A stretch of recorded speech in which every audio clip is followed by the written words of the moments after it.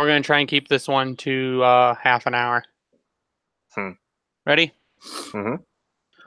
What's up, and welcome to another episode of the Grindline Podcast. This is episode 45, and we are back from the All-Star break. I am here with Ryan and Tyler.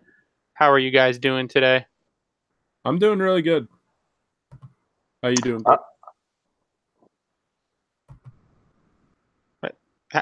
How are you, Ryan? Oh, he said, "How you doing, Greg?" So I was just sitting here, just chilling out, hanging out. I was thinking you were going to respond, but no. Oh, I didn't hear him say. I didn't hear him say my name. Here, we'll do that That's over again. All right, just restart it. Just restart it. We're on 46 as well. Yeah, No, we're on 45. I'm on Spotify right now. You just said 46. No, 44 was mid-season grades part 2. So we're on 45. Okay. So who was players that were 45? Bernier and Kyle Quincy. Oh, God. We're not basing our podcast off failures. All right, ready?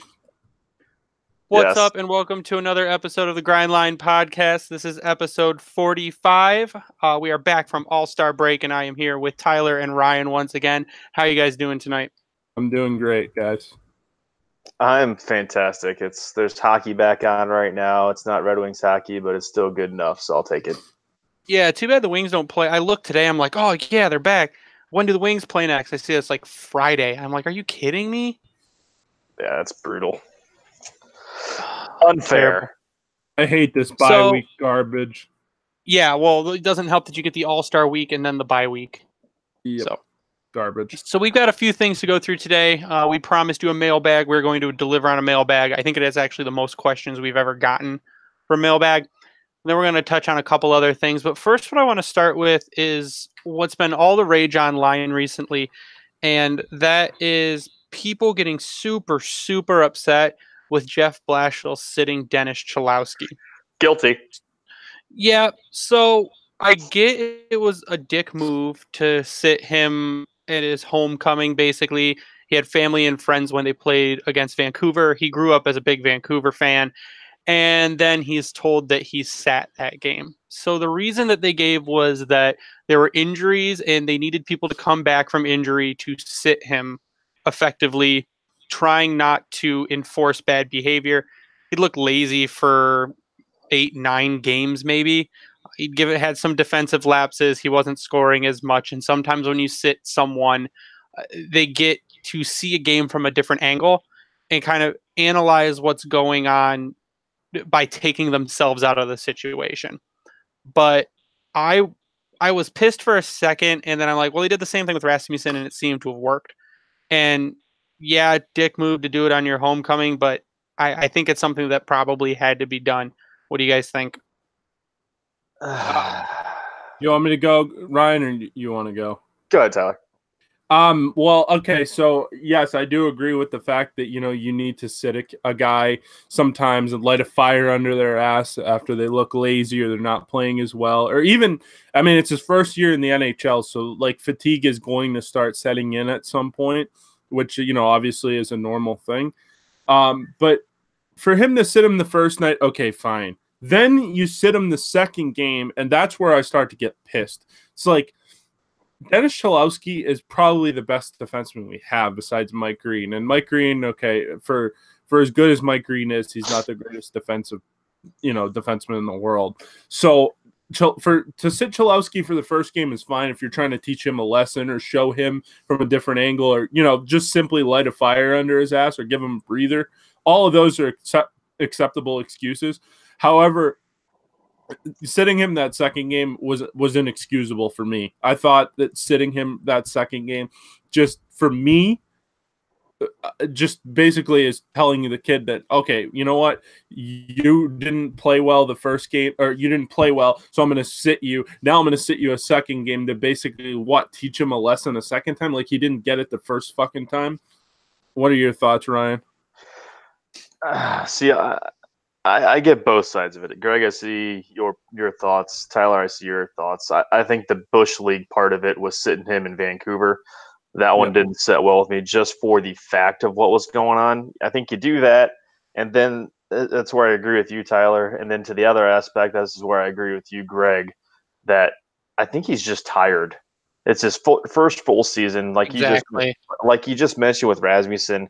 They sat him down. I don't remember how many games it was, but he came back and looked refreshed.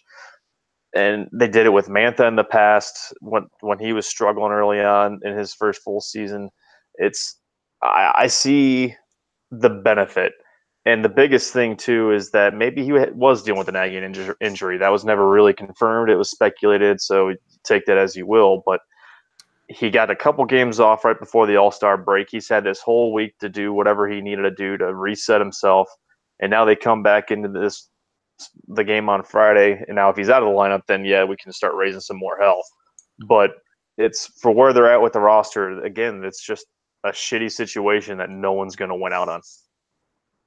Yeah, I think that's where we all stand. Is it was a shit move to do it against Vancouver because, I mean, he had family there that expected to see him play. But I get, and even sitting him 2 games in a row, fine, give the kid a break. Who cares? We weren't going to win that other game anyways.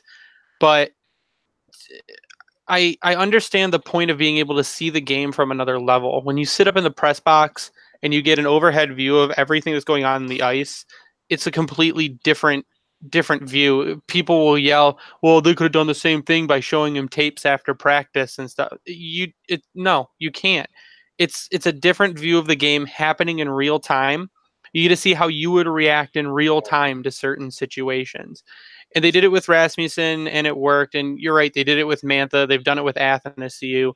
And you don't want to reinforce bad habits or else you end up with an Eriksson.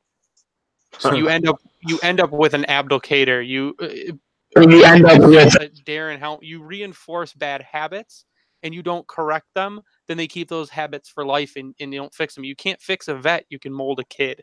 Yep. I think that's the big difference.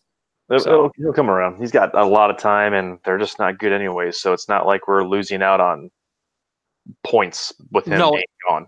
And we shouldn't be trying to get points in the first place.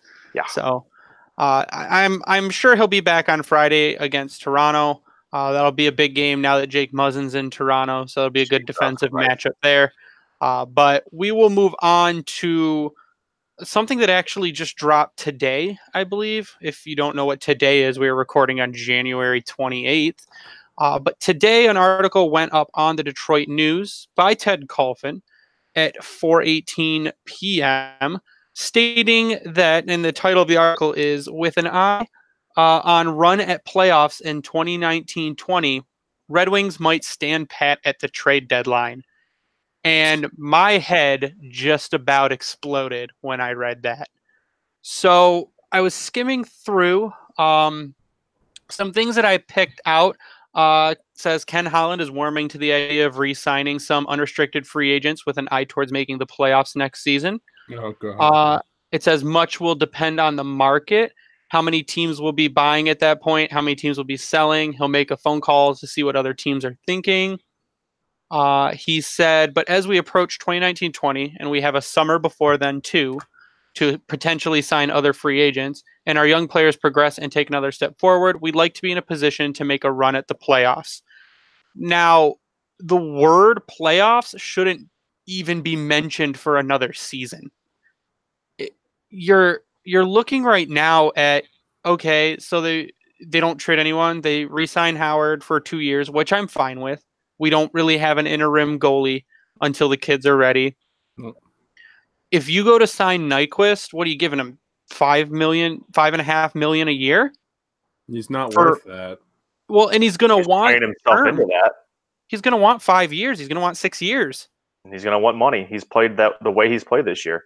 He's having a career season, and he's almost keeping pace with Larkin, which is impressive. Now, granted, that's because he's playing with Larkin, but what are you going to re-sign Vanek? What are you going to do? Don't say things like that. So his other quote in here was, we've got a lot of young forwards in that group of age 19 to 24. There are young defensemen in the system. We have to decide whether we're a better team if we re-sign some of our players and they can help us compete for the playoffs. So in the same interview, he has said playoffs 2 times. His other quote was, "If you take away 4 defensemen from any team, it's going to hurt a team. We have, when we have our full lineup, we've shown we can play with many teams. I don't know if there's a team out there who've played as many 1-goal games the last couple seasons as we have. Now, that points to your defense, saying your defense is not good. So, if you re-sign everyone, what's that going to do? What's the point? You need to put new defensemen in the lineup, give them a season to gel with each other, and then let them play the next season." But at the end of it, he gives a bunch of on-the-block grades where he puts up Nyquist, says chances of being dealt is possible. Howard, chances of being dealt is doubtful. Jensen's chances of being dealt is unlikely. Kronwall's chances of being dealt is none. Vanek is unlikely, and Witkowski is unlikely. So all the people that we basically have up as trade bait, they think now there's slim to no chance that we will be trading any of them. So what do you guys think? Can I start with this one? Because when I read that article, my head almost exploded. It just feels to me like Ken Holland doesn't get the new NHL. And I've been saying this for a long time. You know, Ken Holland was good, you know, in the day where he had a bunch of people around him. And now I feel like it's just him that is the quote-unquote smart mind. But the smart mind is old now, and the thinking is old now of thinking, oh, you just get to the playoffs and then possibly you can go on a run. This team is not capable of going on a run. You don't have the talent to go on a run. I don't understand why people don't get that, or why Ken Holland and these guys don't get that. It feels to me like they don't get it. They don't understand what it takes. And I don't know how you can be so blinded by this hockey team that you see in front. Watching this team night in and night out is hard at sometimes, honestly. And, you know, I try to do as much of it as I can, but it is hard. This team is not talented. If this team was more talented, sure, maybe you can go on a run and possibly make the playoffs and see what happens. This team's not good enough, not even with everybody in the lineup. Yeah, okay, sure. Everybody in the lineup, everybody healthy. Okay, yeah, maybe they're a decent club. They're not a playoff team, but maybe they're a decent enough club to even be maybe an 8th seed. But come on, man. You think you're gonna make the playoffs next year with this same roster unless you add to it? Like, you're not going to add to it. Just continue to do what you've been doing, accumulate assets, keep drafting, developing, and see where you are in 5 years or 3 years. That's where they should be at right now. They should not be at a situation where they continuously keep talking about being competitive. I know you have to say that for your fan base, you know, just to continue to believe, and, you know, for people to buy season tickets. I understand all of that. I get that. But for them to sit here and lie to us through their teeth and say, oh, yeah, we think we have a team that's capable enough to make the playoffs, that's just a lie. That's not even just far-fetched. That's a fuck. And fan bases don't like when you lie to them. Why didn't you just take the blueprint of what the New York Rangers did? You should have just came out and said, hey, look, we opened this brand new arena. A lot of the faces that you see on this roster on opening night, you're not going to probably see next year. And you know what? That's just the way it goes. That's the new NHL. That's how it goes. You have a chance at the top for a long, you know, for 5 or 6 years, and then you're going back down to the bottom. This isn't the 25 Stanley Cup playoffs in a row anymore. This isn't the old NHL. This is the new NHL. You have to learn how to adjust. Sorry. That's how it goes. I mean, am I wrong? No, I could see if they were maybe 1 or 2 pieces away going, I want to make the playoffs. We only need a couple pieces. They're not. Okay, let me ask you guys a question real quick. And this kind of goes into one of our questions here from our mailbag, but I don't care. So hypothetically, let's just say that we had the cap space to sign 3 players: Bobrovsky, Panarin, and Erik Karlsson. Does that make us a playoff team? No, because I think you still need at least 1 or 2 defensemen.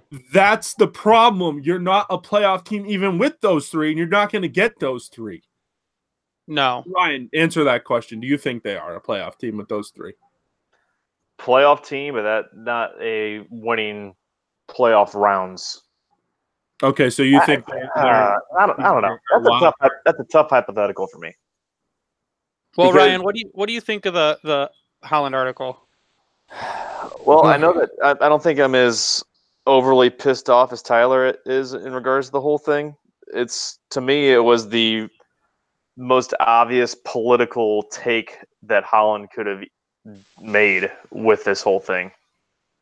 Now, is it a backtrack kind of where we thought he was going to be? Yes. But at the same time, it's just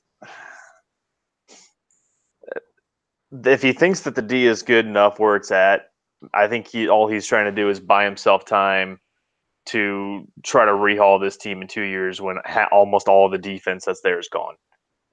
They're not going to be, if they're a playoff team next year, they're going to be embarrassed again like they had the last 5 years before they missed the playoffs these last two. So they're not just one or two guys away, three guys as we just hypothetically talked about signing the stud free agents out there.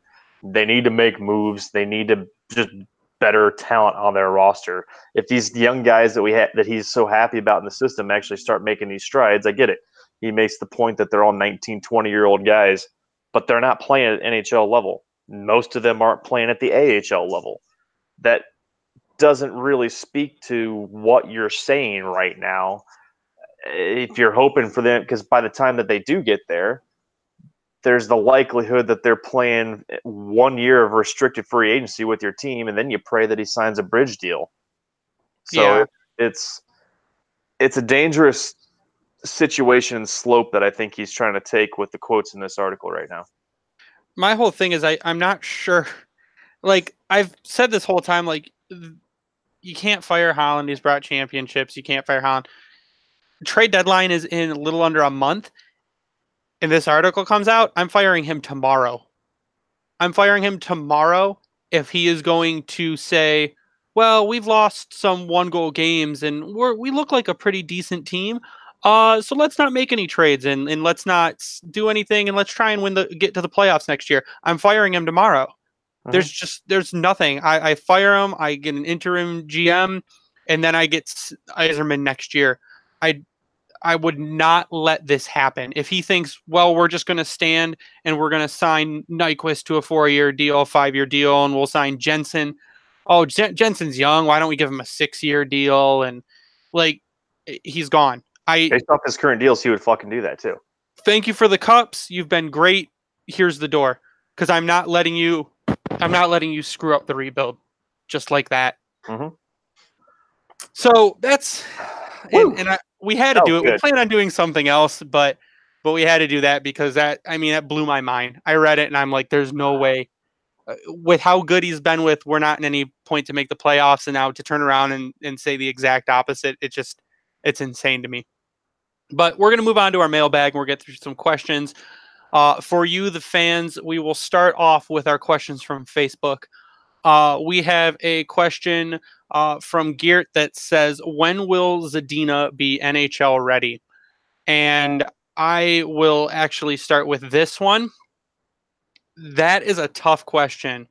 So he's kind of streaky in the AHL currently. He scored again the other night. Beautiful. Every goal he scores is a highlight reel goal. It's gorgeous.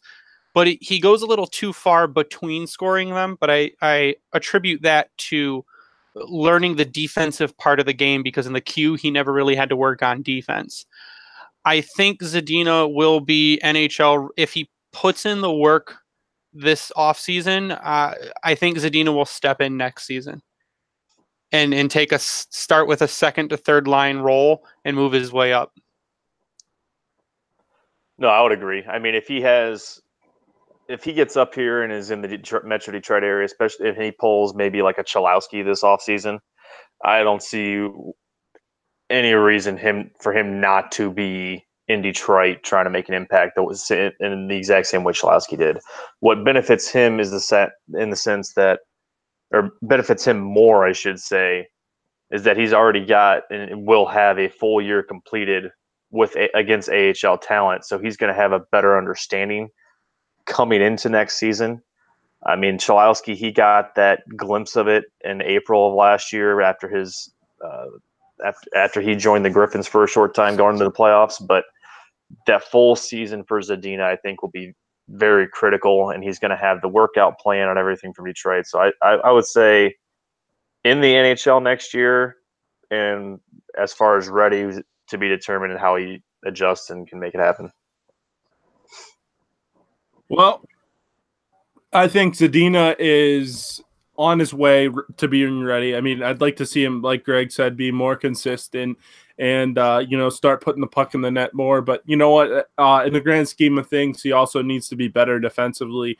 When I seen him play here in Boston, I didn't think he was great defensively, but that also comes as you get older. And you know what? Honestly, you don't need 75 different players that are like Luke Glendening that just play good defensively in their own zone. I'm sorry. Phil Kessel and, a bunch of great wingers in the NHL have all Ovechkin. I mean, Ovechkin comes back a little bit more now, though.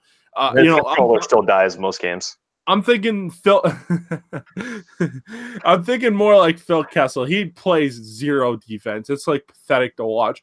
But then he comes and takes that wrist shot from the top of the circle or inside the slot and then scores just about every time. So, you can have players on the team like that. Nikita Kucherov barely plays any defense. So, and he's one of the best wingers in the league. So I mean, he's ready. I wouldn't say now. I would say probably either at the end of the year if you want to get his feet wet, or if you want to start him off at next year. Even honestly, there's no real rush for him to be in the NHL. However, I would try to get him here, at least by the beginning of next year. I think that would probably be the best way to start. Yeah, I wouldn't put him on a team that's in almost last place and bounces between last and fourth in the league. There's no reason. So our next question is from Ray on Facebook. It says, who is your favorite goalie prospect and why? And we'll let Ryan start off with that question. Cool.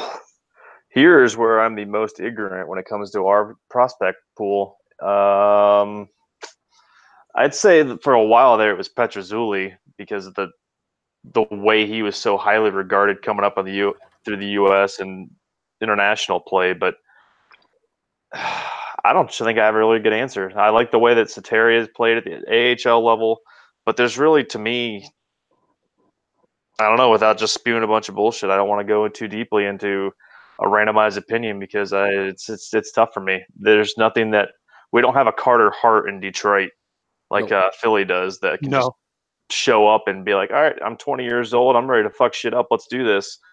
So it's. We also don't have right now a Mackenzie Blackwood or a Delia like Chicago has. Mm-hmm. So I don't know. Anyone at this point, because Howard's almost dead. Bernier is something. So anything that's not. No, he's not. Bernier is nothing. Okay, I'll give you that too. I don't know. I don't have a good answer because I don't really. That's the tough one for me. So I'm gonna pass the torch to you guys. Tyler? I think the goalie pool is pretty deep actually. Jurgen Van Poelberg, you got Philip Larson, you got Keith Petruzzelli, and it's interesting. Then you have Caden Fulcher who looked pretty good, and some of the what was it the rookie tournament or whatever, and the rookie camp. That's what it was. Traverse City. Traverse City, exactly. You got to pick one though, Tyler.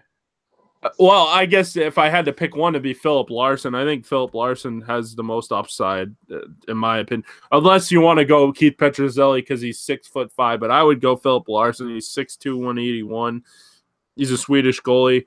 We haven't had a Swedish goalie in a long, long, long time. I think since Jonas Gustafsson, yeah. So it's been a while.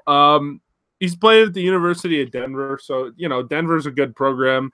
And he's only played 10 games, so I don't know if he started with injury. Okay, that's right. So he probably is starting for them. That's the guy that intrigues me the most. All right. Well, I would say as far as our more proven prospects go, Larson's your guy. He's solid whenever he's in. He just dominates at the World tournaments. But one that we should really, really keep an eye on is who we drafted last year. Round 3, number 84 overall, Jesper Eliasson. He is playing for the Vaxo Lakers in the Super Elite. He is also Swedish. but right now he has played 25 games. He has a 2.31 goals against and a 92% save percentage.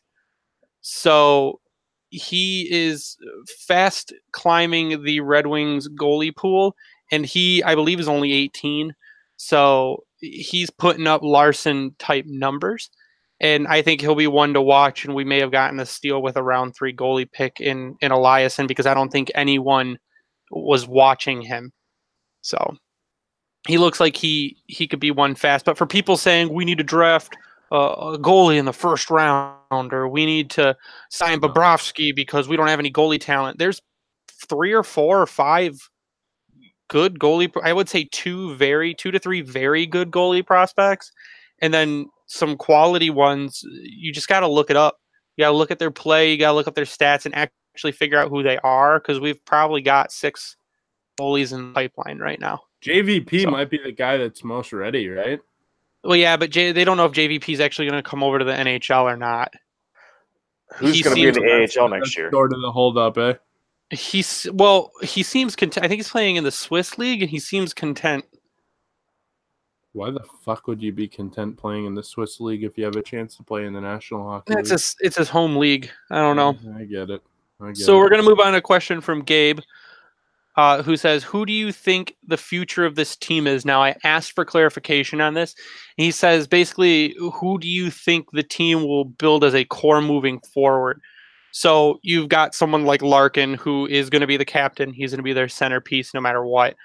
I don't think this team will give up on Anthony Mantha. I don't think they should give up on Mantha, because Mantha, again, can be a 30-goal guy if he stays in the lineup the whole season and is like there and ready and present and playing. In fights. Yeah. Then you've got someone like Rasmussen. They won't give up on him, and Cholowski. And beyond those, Bertuzzi, I'll throw Bertuzzi in there too. He's come quite a way from Guelph. So I say beyond those guys, it's up in the air. I could really lose everyone else, and it wouldn't make a difference to me. Are we looking at just current players here? Is that the gist of the question? Yeah, but I think it's out of all of our pool, but it's kind of hard to judge players that are in the A if they haven't played in the NHL. Yeah. Right.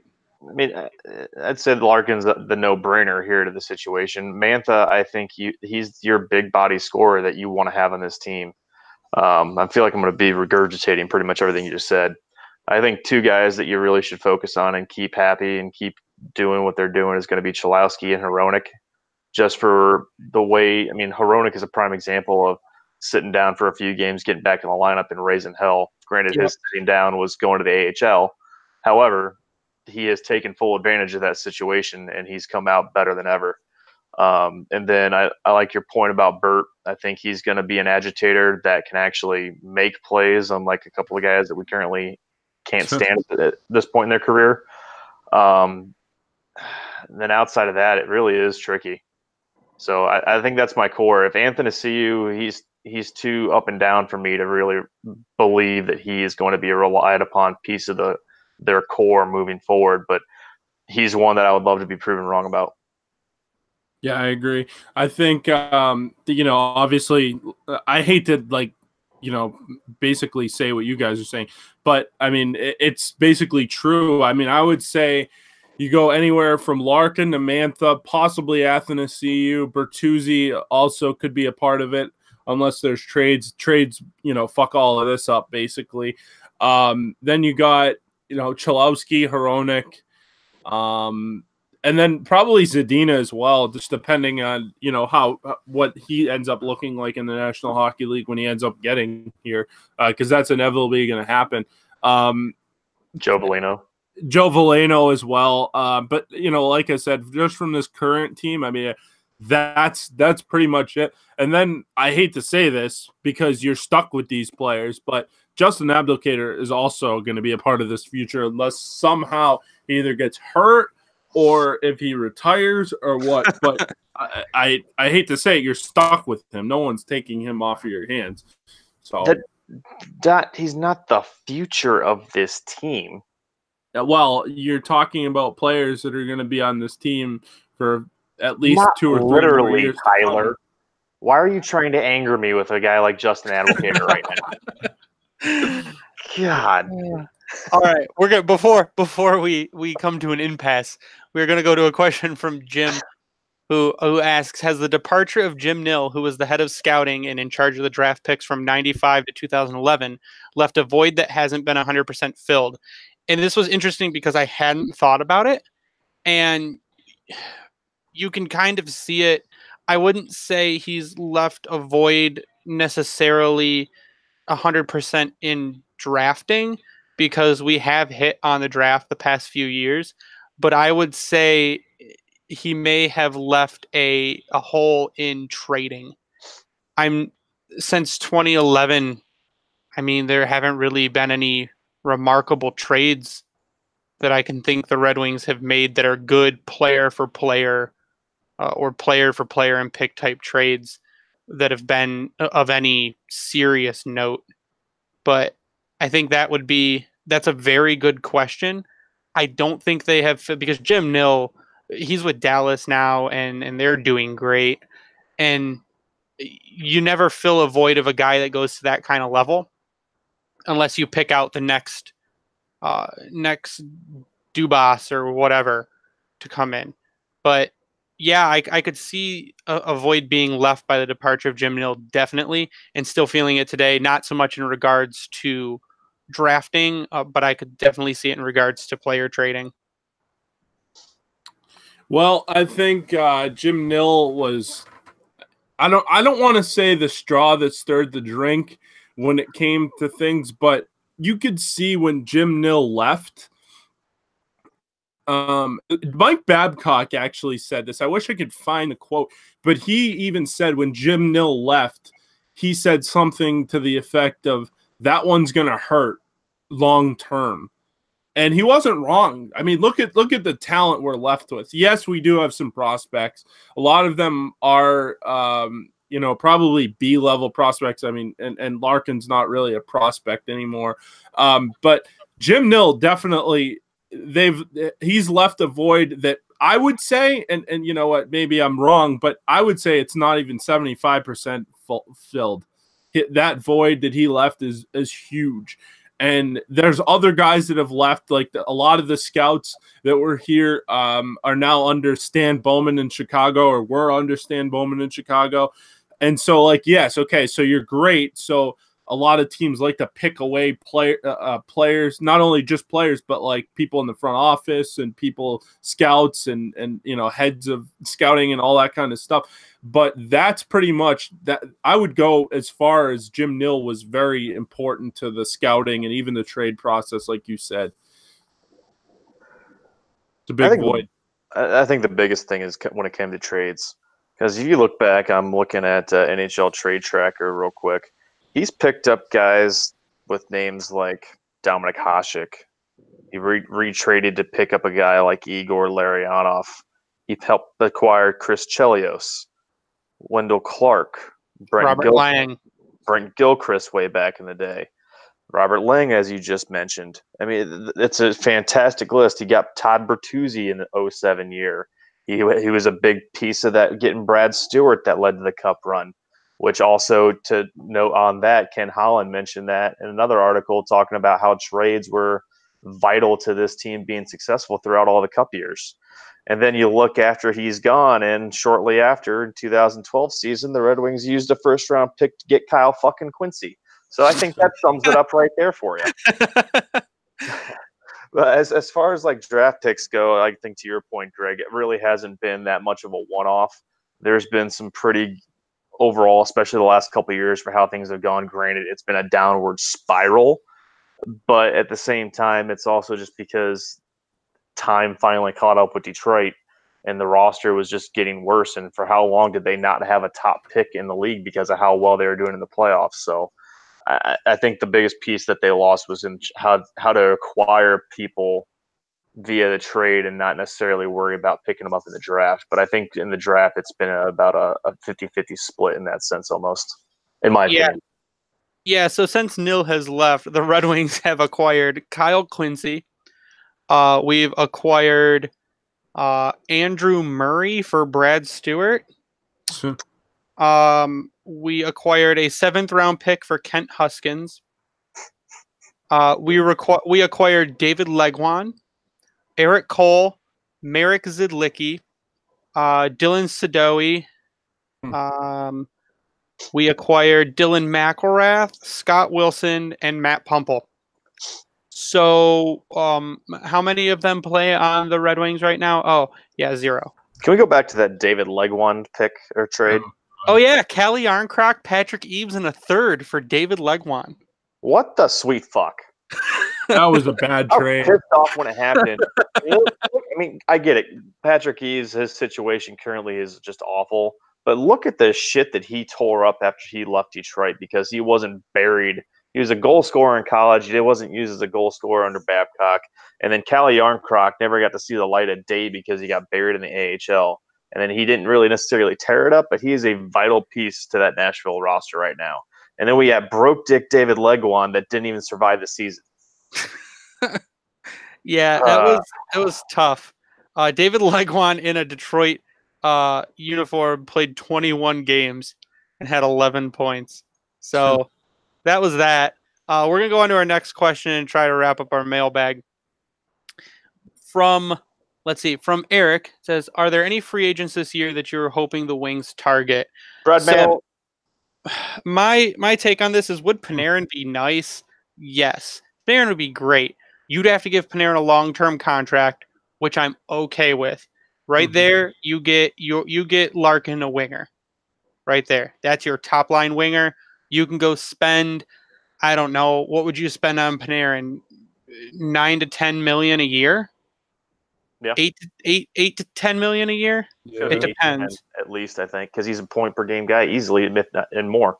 Yeah. So the only other, I would target Panarin. How do you guys feel about Erik Karlsson? Yep. Yep. To me, it's a no-brainer. Both those guys, I think, depending on what stupidity of the re-signing phase happens, but I think those two are your top 2 targets no matter what. And you sell the shit out of the prospect pool that you have and the core that you're trying to build around. Arena. Yeah. And that, yeah. So I'm saying those are my only 2 targets. You get 2 superstar players and you throw them in with Dylan Larkin, and you score a shit. I think you're not making the playoffs still, even if you are, you're backing in, but you're that much closer depending on how Zadina. You speed the rebuild up significantly by signing someone like Panarin and Karlsson. So just think about this though. If you have Karlsson on this roster, well, I said you've got Erik Karlsson, Mike Green, Filip Hronek, and Dennis Cholowski. Yep. And then trash bins at the bottom 2 spots. We're not going. I'm trying to stay positive here, Greg. I think your bottom. Yeah, but Greg, if that's the case, yes, trash bins. Okay, so Eriksson, Kronwall will probably be gone. It'd be Eriksson and DeKaiser. Kronwall's done. DeKaiser, I'm not mad about. Eriksson may retire. There's still that injury that possibly could get him out of there. Nope. No, he's Just not hear going me out for a second. Libor Sulak is a guy that I continue to look at, and I thought, I mean, obviously he wasn't great when he came up, but there was flashes of brilliance, and I think that he deserves a spot at some point in the bottom pair. Okay, but he's not going to get it. I mean, if you sign Karlsson, it goes. I mean, your bottom pair is Eriksson to Kaiser. That's just the way it would work. Yeah. But we're all in agreement that we target Karlsson and Panarin. We probably get neither, but those would be the only ones I would target. No, I think we have a shot actually. It just as long as he's not stupid in the re-sign period. Yeah, but who do you think is going to be the GM making these decisions? It'll be Holland. I'm not going to say anyone other than Holland until I actually see some ballsy move happen. You don't think it's a possibility that it's Steve Yzerman? No. I think there's a possibility, but I'm not holding my breath. So you don't think he's coming back to Detroit? I'm not saying that. Not next season. So you think he's going to take a little bit off? Is that what you're saying? Either that or sign another 1 year with Tampa or something, because or comes on in a different advisory role. But or he goes to Seattle. I don't think Holland will do will step down. He has already shown once that he won't. That's why we lost Yzerman the first time. Yep. So we're going to move on to questions from Twitter. Our one question from Twitter, and then we'll wrap the show. Frank asks, what would you consider a success and failure at the deadline? So that's an easy question to answer. A success would be trading Nyquist and trading Howard. That's a success. If you can also offload someone like Glendening and Jensen, even more beautiful. A failure is exactly what we talked about in the article. It's doing absolutely nothing and then re-signing people to high contracts. Or any re-sign. Yeah, he'd be fired. I'm telling you right now, the ownership and stuff like that, they are not going to have that. They are not going to have them signing players. It just doesn't make any sense. It's asinine, actually. And if you are able to land a Carlson or a Panarin, those are people and players that not only have some kind of a personality to them, but they also put asses in seats because they're dynamic players. They put pucks in the back of the net. Carlson's dynamic offensively, and he gets walked defensively. But you know what? So does Mike Green, and I bet you Carlson is better than Mike Green is defensively if you watch him every single night. Oh yeah.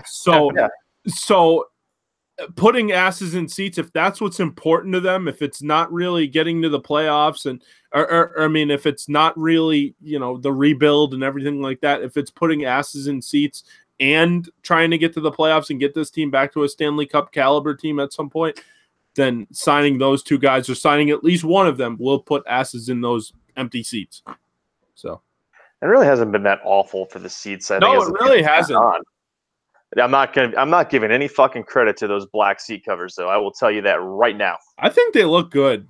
It's not bad, but at the same time, it's not to not get off subject. I think Greg, you nailed it on the head on a success or failure.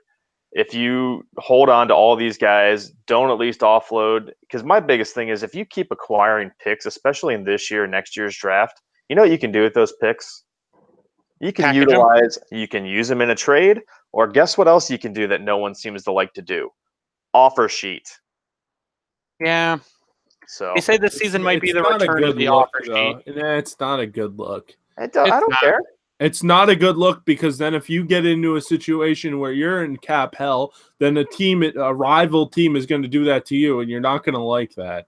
They're about to not be in cap hell. Yeah, well, when you're Ken Holland, you don't really have a choice. So easier said than done. Yeah. All right, we're gonna wrap up tonight, guys. Give me your final thoughts and your Twitter handles. All right, so you can follow me on Twitter at SealDog91. I have no final thoughts. At least you got your Twitter handle right on the first try. I'm so proud of you when you did that. I had it written down. No, I'm just kidding. I didn't. I don't know. I think my final thoughts are just I keep saying it over and over. Just enjoy it, as it's gonna suck. But if Holland doesn't eat his own words and make some things happen, I think we can collectively be happy, and that's all I want to be, and not be mad. So, fuck you, Advocator and Erickson. Well, the Red Wings are in a better situation than the Tigers, Pistons, and Lions combined. So. Yeah. Not hard to do. Anyways, my Twitter handle is at RDRyan33. My final thoughts is going to be I just need to go to bed and forget that article even happened.